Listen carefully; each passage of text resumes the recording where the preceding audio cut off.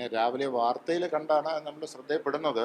ഇങ്ങനെ ഒരു അതിനെക്കുറിച്ച് ഒന്ന് അന്വേഷിച്ചായിരുന്നു. അന്വേഷിച്ചപ്പോൾ ഈ പ്രസ്തുത പേഷ്യൻ്റ് 1-ാം തീയതി വൈകുന്നേരം ആണ് ഇവിടെ ചികിത്സ തേടി ഇവിടെ വരുന്നത്. അപ്പോൾ ലോക്കൽ ഹോസ്പിറ്റലിൽ നിന്ന് റെഫർ ചെയ്താണ് വരുന്നത്. അപ്പോൾ പേഷ്യൻ്റ് ഹാർട്ടിൻ്റെ പ്രോബ്ലം ആയിട്ടും പേഷ്യൻറ്റിന് നേരത്തെ സ്ട്രോക്ക് വന്നിട്ടുണ്ട്, പിന്നെ ഡയബറ്റീസ് ഉണ്ട്, പ്രഷറുണ്ട്. പിന്നെ ഈ പേഷ്യൻ്റ് നേരത്തെ ചികിത്സയിലായിരുന്നു. അപ്പോൾ അതിൽ ചില മരുന്നുകൾ തുടർച്ചയായിട്ട് കഴിക്കുന്നില്ലായിരുന്നു എന്നായിരുന്നു തോന്നുന്നത്.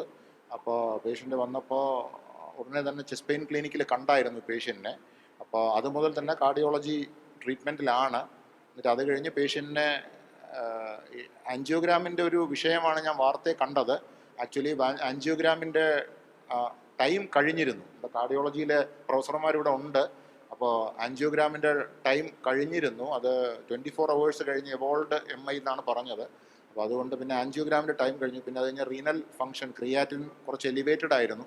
അപ്പോൾ അതുകൊണ്ട് ആ സമയത്ത് പിന്നെ ആൻജിയോഗ്രാം ചെയ്യാവുന്ന ഒരു സാഹചര്യം അല്ലായിരുന്നു.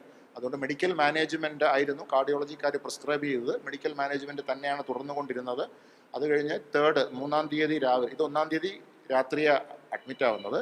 അത് കഴിഞ്ഞ് 3-ാം തീയതി ഈ പേഷ്യൻറ്റിനെ കാർഡിയോളജി ഡിപ്പാർട്ട്മെൻറ്റ് ടേക്ക് ഓവർ ചെയ്യുന്നു, വാർഡ് 2-ൽ അഡ്മിറ്റ് ചെയ്യുന്നു. എന്നിട്ട് കാർഡിയോളജിയിൽ മെഡിക്കൽ മാനേജ്മെൻറ്റ് തുടരുകയാണ്. പേഷ്യൻ്റ് ദിവസവും ബ്രീഫ് ചെയ്യുന്നുണ്ട്, കാർഡിയോളജി ഡിപ്പാർട്ട്മെൻറ്റിൽ ബ്രീഫ് ചെയ്യുന്നുണ്ട്. മീൻവൈൽ ഈ പേഷ്യൻ്റെ വിവരം ആരൊക്കെയോ വിളിച്ച് അന്വേഷിച്ചായിരുന്നു. അപ്പോൾ അതുമായിട്ട് ബന്ധപ്പെട്ട് അന്ന് PRO കാർഡിയോളജി പോയി ഇതിനെപ്പറ്റി അന്വേഷിച്ചപ്പോൾ ഈ പേഷ്യൻ്റെ ചികിത്സയെക്കുറിച്ച് വിളിച്ച പുറത്തുനിന്ന് അന്വേഷണം നടത്തിയവർക്ക് മറുപടിയും കൊടുത്തിട്ടുണ്ട്. ആരാന്ന് ഞാൻ ഓർക്കുന്നില്ല. പിന്നെ അത് കഴിഞ്ഞ് പേഷ്യൻ്റെ ബൈസ്റ്റാൻഡേഴ്സ് ഉണ്ടായിരുന്നു, അവരോട് ഈ വിവരം ദിവസവും ബ്രീഫ് ചെയ്യുന്നുണ്ടായിരുന്നാണ് കാർഡിയോളജി പ്രൊഫസർമാർ നമ്മളോട് പറയുന്നത്. പിന്നെ അത് കഴിഞ്ഞ് പേഷ്യൻ്റ് ഇന്നലെ വൈകുന്നേരം പേഷ്യൻറ്റിനെ കുറച്ച് നീർക്കെട്ട്, ശ്വാസകോശത്തിൽ കുറച്ച് നീർക്കെട്ടൊക്കെ വന്നു, പൾമണറി എഡിമ എന്ന് പറയും. അങ്ങനെ പേഷ്യൻറ്റിനെ ഉടനെ ICUയിലേക്ക് മാറ്റി, ആർട്ടിഫിഷ്യൽ വെന്റിലേറ്ററിലൊക്കെ മാറ്റി. അങ്ങനെ മാക്സിമം ചികിത്സ കൊടുത്തിട്ടുണ്ട്. പിന്നെ രാത്രിയാണ് പേഷ്യൻ്റ് ഇങ്ങനെ ഒരു ഇത് ഉണ്ടായത്.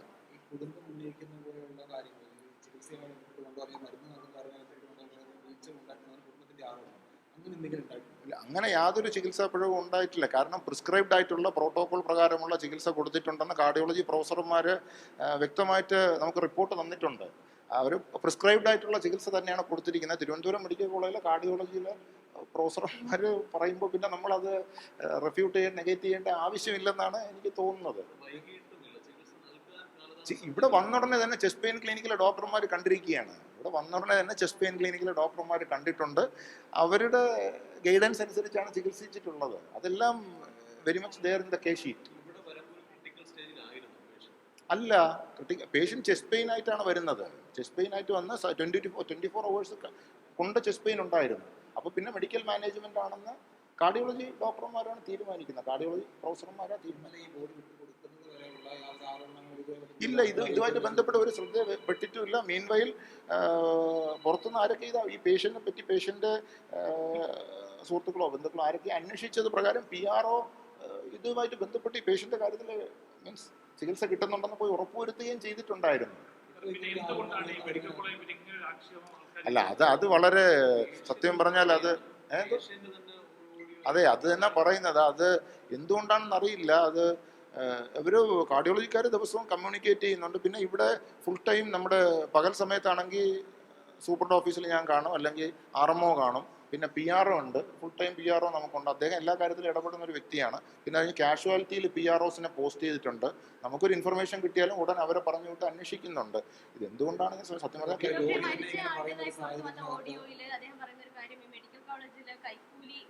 ഇല്ല,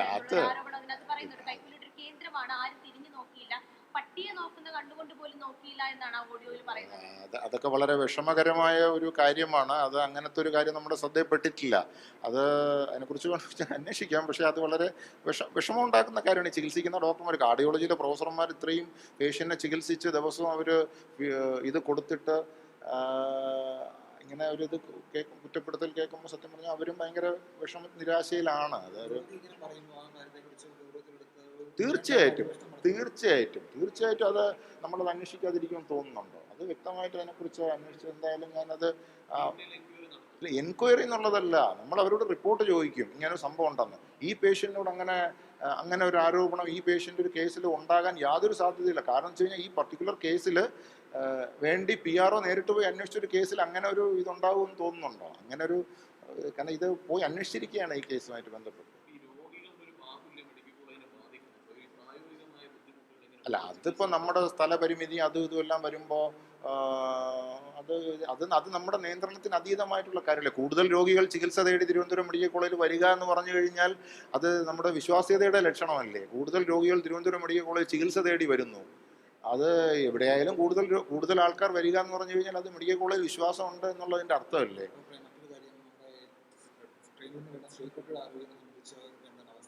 അല്ല, ശ്രീകുട്ടിയുടെ ആരോഗ്യനില അതുപോലെ സ്റ്റാറ്റസ് കോ തന്നെ തുടരുന്നത്. റിപ്പീറ്റ് സി ടി എടുത്ത സമയത്ത് അതിൽ മാറ്റങ്ങളൊന്നും വന്നിട്ടില്ല. ഇന്നും ഇപ്പം ന്യൂറോളജി പ്രൊഫസർമാരും ക്രിട്ടിക്കൽ കെയർ വിദഗ്ധരും അതിനെ റിവ്യൂ ചെയ്തിട്ടുണ്ട്. അപ്പോൾ എനിക്ക് ശകലം നേരത്തെ പറഞ്ഞത് പേഷ്യൻറ്റിന് ഒരു സി ടിയും കൂടെ ചെയ്യുന്നു, പിന്നെ സി ടി ആൻജിയോഗ്രാം എങ്ങാണ്ട് ചെയ്യാനുള്ളൊരു പരിശോധന.